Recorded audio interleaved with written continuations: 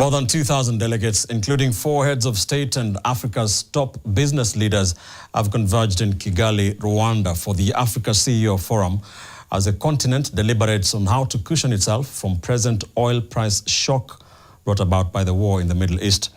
Among the key issues that have emerged from the first day of the forum are the need for accelerated efforts towards energy sovereignty within the continent and the harnessing of domestic capital to help finance large-scale and high capital-intensive projects with local financing. Our Julian Zamboko is in Kigali and filed this report.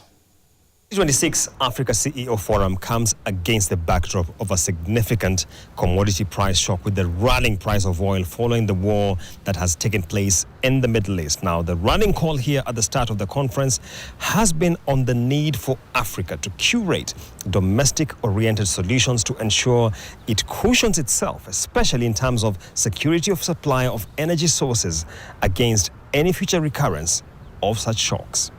But for Africa, let me say, we have to leverage our competitive advantage, and there are a number of them.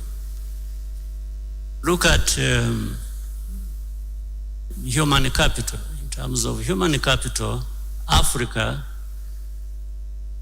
has abundance of that. But if Africa is to design homegrown solutions for emerging global shocks, especially along the energy sector, it needs to mobilize not just capital, but tons of capital, and more importantly, in local currency to ensure it staves off foreign exchange risk. Now, that again was part of the conversation right here in Kigali. We're still relying too much on the hard currency financing. And then you have the mismatch because your revenue is most of the time in local currency. No economy should expect to continue to take off on the balance sheet of others.